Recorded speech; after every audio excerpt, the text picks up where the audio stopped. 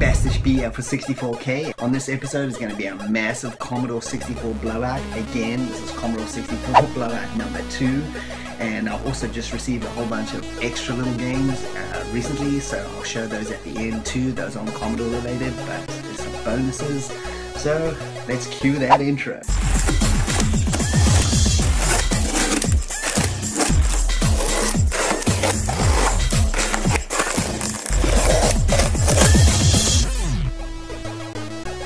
And welcome back. So let's get on with that first package. This one is from Austin, Texas. Let's see what we got. Mr. Pointy has gone missing. I don't know where he is. He's MIA currently. So we're just going to use this dude, Mr. Double Spiky. Let's see what we... Wow. This is like Commodore Gold here. That. Okay, so the first one up is Aztec Challenge. If you've never played this game, it's programmed by Paul Norman. He's almost like a one-man programming machine. He used to work for Cosme. This is on cassette. Got the little instruction manual there. Yeah, it's the cassette kids. Got the little Aztec Challenge. And this game's like an action-adventure game. You're just running towards this like Egyptian pyramid, and you're trying to get through all the traps and get to the other side, get over the rope bridge. It's basically one of these, you know, these games that come out now, these horrible things that come out on cell phones, these games where you're just running in one direction. I don't even know what they're called because I don't really care. Anyway, this is actually pretty much a primitive version of that. And when I say primitive, I actually mean that in the best possible sense. I say it's better, but you're always running, trying to escape traps and all that kind of stuff. It's a freaking cool game. It has one of the best music scores. Like, it's really catchy. It just gets in your mind. It's a fantastic game. I'm going to do a review on this pretty soon. But yeah, Aztec Challenge. Okay, so the next thing out of this package is this combination here. We got a triple pack. It's called Master Blaster. It's got 3 different games on here: Phaser Dome, Sentinel, and Red Obelisk. And by the way, the game that's called Sentinel, it's not that UK classic game, that 3D kind of deal. It's not that game. That is the Sentinel. This looks like something completely different. This is on disc, which makes me more suspicious that it's a US only release. I bought this package for Aztec Challenge, not for this. This is just a bonus, and we still got one more game here. The next one is Fast Break by Accolade. This was a really cool basketball game, and I'm not even into sports games really. This was just super fun. This is Accolade with their top quality production values. When it comes to sports games, old sports games, these guys, Accolade, were pretty much just as good as Epix. Accolade made like kind of single sports games, and this one I had so much fun with. The graphics and everything are really top notch. It's a fantastic game.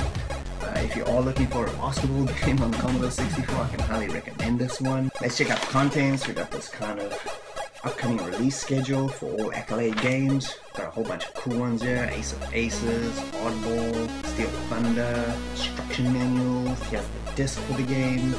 Okay, and on to the next package. This is a pretty big one. This is from the UK. I got this from the Retro Game Cave. I've bought games from them before.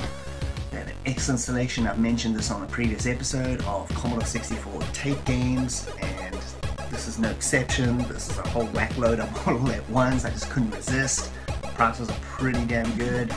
I'm in Canada, so the shipping, you know, it boosts it up quite a bit, so that's the only downfall for me. Anybody that's living closer or was in the UK, you should totally take advantage of this place. It's fantastic. Anyway, let's see what we got. Okay, so first up, talking about games made by a classic company called Epix. Yeah, we got Summer Games 2. I absolutely love this game. This is another one of these multi-event sport games that Epix was so good at. I got a Let's Player series. Episode 1, Part 1 is dealing with Summer Games and all of their first generation of Epix games. If you want to check that out, you can see a lot more detail about this game. Got the cassette, it's very nice. And next we got Zybots by Tengen. based on the old Atari arcade game. I played this in the arcade quite a lot. It was really fun. You go through mazes and you shoot up like robots and stuff. Here's the old arcade game, the Atari one. I don't think I ever played it in that kind of contraption, but it was more like a basic arcade game. This is the cassette version for the Commodore 64. I never played the Commodore version. This was super cheap, so I just decided to add it in. I'm not sure if it's actually any good. It's released by Domark. They are a little bit all over the place as far as quality goes, so who knows what I'm going to get in here. If anybody else has played this version, then you know what you're in for. And next we got WWF WrestleMania. So this was released by Ocean, the kings of licensed games. This is another licensed game, of course. It's not based on a movie, which is surprising for Ocean. This is actually quite a cool wrestling game. I played it a bit back in the day, not a lot. I don't know why. I had so many games at the time. I remember playing this though. It was quite fun. The graphics are quite good. And let's see what's inside here. Got the cassette, and we got this instruction manual. Quite nice. The old WWF logo, the classic, not that WWE garbage that they do now. You can also tell how old this game is by the wrestlers on here. I mean, obviously besides Hulk Hogan, you've got Sergeant Slaughter and the British Bulldog, classic wrestlers. And next we got Alien Syndrome. This game is based on an excellent Sega arcade game. If you ever had the chance to play it, it is fantastic. Great two-player action. It's kind of like a top-down view. You run around, you've got to rescue people from this alien infestation. They're all trapped and you've got to rescue them and blow up the station and get off it and go and fight more aliens. It's basically a loose adaptation of the movie Aliens if you think about it. That is the UK cover art, if I remember correctly. It is way different than any other cover art I've seen for this game. Sucker is on cassette. This is an excellent version of the arcade game. So if you are looking for something cool on your Commodore 64 and you may not know about this. And next up we got a game called V, released by Ocean. So this is based on the 80s TV series V. They also did a remake of the TV series a couple of years ago, which I never got to see. It was supposed to be pretty decent. It got cancelled quickly. That's usually what happens when it's good sci-fi. This is based on the classic TV series with that dude from Beastmaster. Anyway, this game, I used to have a bootleg of it back in the day, and I could never get past like the beginning part of it because you have to put in these alien symbols to open doors. And I never really understood what you had to do. It had really nice animation. You're stuck on one of the alien ships and I think you're trying to escape and you're shooting these robot things and all that. Anyway, so I'm hoping this instruction manual in this game would maybe shed some light and I can get a little bit further. Looking forward to playing it. And next we got Ghostbusters 2, released by Activision. So Activision made the original Ghostbusters game on Commodore 64, which is absolutely fantastic game. It was converted to lots and lots of other 8-bit systems at the time. The Commodore one I still feel is the best version. Always go for the original. So this is based on Ghostbusters 2, the mediocre movie, the second one. It's an okay film, I guess. It does have its moments. I would say this is not as good as the original. It's made up of lots of mini games, unlike the first one, which is more like a simulation of actually being a Ghostbuster and taking care of the whole city. This is more broken down into mini games, just like most Ocean kind of games. Remember, near the end you jump on the Statue of Liberty. It's like a side scroller and you just go smash stuff. And then you also have the part where you go down into the sewers of New York to get the slime, and you've got to go down this like rope thing. So it has like a whole lot of scenes from the movie. I kind of like this. It's not as good as, like I said, it's not as good as the original Ghostbusters game, but it's still pretty decent. It has good production values, the graphics are pretty good, the music is also quite cool. Yeah, so try that, Ghostbusters 2. And next we got Samurai Trilogy by Gremlin Graphics. Now this is a versus game. Like, you go through all different like samurai disciplines. You can choose different styles of fighting, all that kind of stuff. I messed around with this game as a kid. I never really got into it.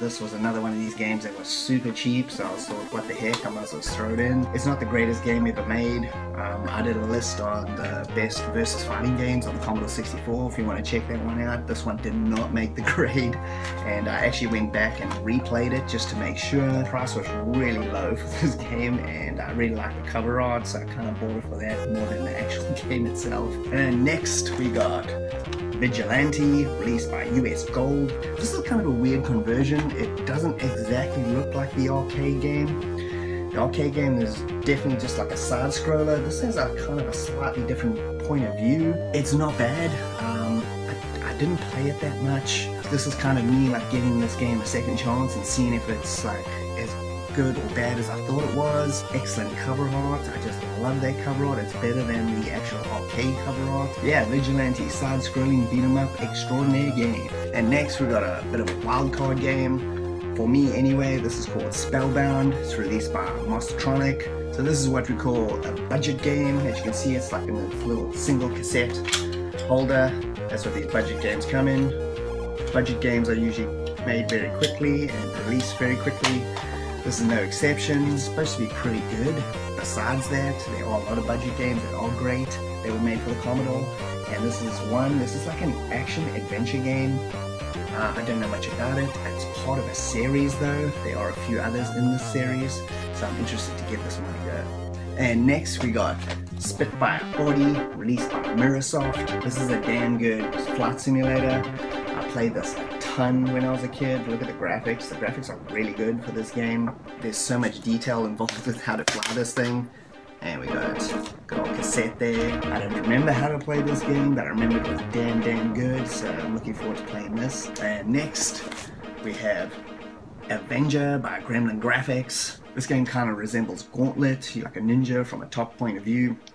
And you go through all these mazes, and you kill dudes, and collect keys, and open different doors, that kind of thing. It's got an excellent music score by Ben Daglish, who did the score for The Last Ninja, which is one of my favorite scores and one of my favorite games of all time. This game is also available on the C64 Mini, so if you want to check it out that way, it's probably an easier way than trying to load up this clunky cassette, which is going to take you about 10 years before you get to play the game, live your whole life and come back and the game probably won't be loaded yet. And next is another super cheap game I decided to pick up just because of the price. This is Shadow Warriors, released by Ocean. So this sucker is based on the old arcade game. This is actually Ninja Gaiden, if you don't know. This is what it was renamed in Europe to Shadow Warriors. It's the original Ninja Gaiden game, arcade game, not the NES game. I played this a hell of a lot in the arcades and I really liked it. Commodore 64 version, never played this one. Instructions there. Got a cassette, love that cover art. And next we got another budget game, again from Mastertronic. This is The Last V8. This game is super difficult. If you want to see what old school gaming is all about and how hard it is, pick up The Last V8. You'll be crying your eyes out. This game has an excellent music score by Rob Hubbard. I featured it in one of my Wired for Sound episodes. If you want to check out this awesome music score. Also, this is like kind of a top-down view of a car. You have to make it from one place to another. I don't even remember what the actual story is. It sounds simple. You just gotta drive from one location to the other. Problem is, you touch anything in this game and your car just explodes. It is super hard. The time limit is super strict. Whew, this is a tough game. I just always wanted to own it. I had a bootleg as a kid, so the graphics are really nice in this game also. And next up we got Rock and Wrestle by Melbourne House. Melbourne House made some excellent games in the 80s. Probably their most well-known game is Way of the Exploding Fist. Anyway, Rock and Wrestle is obviously a wrestling game. It's completely different than Exploding Fist in style, but the graphics are really good in this game. So is the animation. I really love the music too, even though it just repeats itself over and over within a few seconds. I played this a ton as a kid. The two-player option is great. The bunch of characters are like super cliche, but they're awesome. It's a great game. And we're down to the final Commodore 64 game out of this whole lot before I show you the bonus games. And we have, last but not least, is Theater Europe. Now, if you don't know anything about this game, it's a strategy war game. This game has really good graphics. Now, the reason why I say that is because strategy war games, especially in the 80s, were notorious for having the worst graphics ever, because they put no effort into the graphics. Well, I wouldn't say they put no effort into it. The strategy element of those games was more important than the look of it, so, you know, they concentrated on that. Theater Europe is an exception though. I thought the graphics in this game were pretty good. It has nice production value. When you send a nuke in this game, you see like an animation of blowing up a city. It's really nice. The strategy elements are great. This is a really forgotten classic. Look how cool this is. It comes in like a binder. You got the cassette and you got the instruction manuals here. It's really nice. It's an excellent game. It's part of a war game series. If you're into strategy war games, I would highly suggest you look for this one on Commodore 64, Theater Europe. And on the next package. Oops, hope I didn't cut the game. Okay, so ever since this game was released, I've been wanting to get a physical copy of it. I've had the downloadable stupid digital version, which honestly, in my opinion, I don't count that as owning a game. I've played it. That means nothing. I played it, I enjoyed it, excellent. But until I own a physical copy of a game, I feel like I don't own it at all. So here it is. This is Thimbleweed Park on the PC. So if you don't already know, this is like a classic LucasArts style point-and-click adventure game. This is made by Ron Gilbert. He did Monkey Island and many other classic games. This game has all the humor. I played it. It's freaking fantastic. It's kind of a little bit of an X-Files mixed with like Maniac Mansion or even Zack McCracken and the Alien Mindbenders. It's excellent. I don't even want to open this right now. I just want to show you some more games. But if you've never played this or have interest in, you know, classic point-and-click adventure games and you want to get a modern version of that, you should get this. It's also available on all consoles. I played the Xbox One version and I absolutely loved it. It's also available on Switch. There's the limited run card you get. I love these things. They look really cool. There's a whole bunch of them at this point. And this is the final game out of this whole lot. I already opened this one, threw it at the package. I didn't know what this was. I thought it was something else. I didn't realize it was a game. Anyway, so this is the Oregon Trail Complete Edition on the PS Vita. This is another fantastic game that I already played. I played the digital version on PS4. Actually, I originally had it on the Ouya. Yes, the Ouya. And that's where I originally played the original version. This game has been updated many times and added to. It's now like, this is the final version of it. It has tons and tons of extra stuff that's been added to it. If you don't know anything about the Oregon Trail, it's basically a zombie version of the Oregon Trail, like classic old computer game. It's an excellent game. I did a review for it on the PS4, my rapid fire section, if you want to see that. This is the physical copy of it. I had to get it, so now I actually feel like I own something, not just some sort of vaporware. It'll always be around. Excellent. Highly recommend checking this game out. And that's it. Look at this mental pile of games. I can't even fit them all on the camera. Tons and tons of cool stuff. Obviously mostly Commodore 64 stuff, which I really love. Excellent selection here. You should definitely check a lot of these games out, which I mentioned. And thanks for joining me, BastishB at 64K. I hope you enjoyed this episode. If you could like and subscribe. If you like opening the Shinies, if you like this episode, you're probably gonna like older ones. You should check them out too. And that's it for this episode. Cut to credits.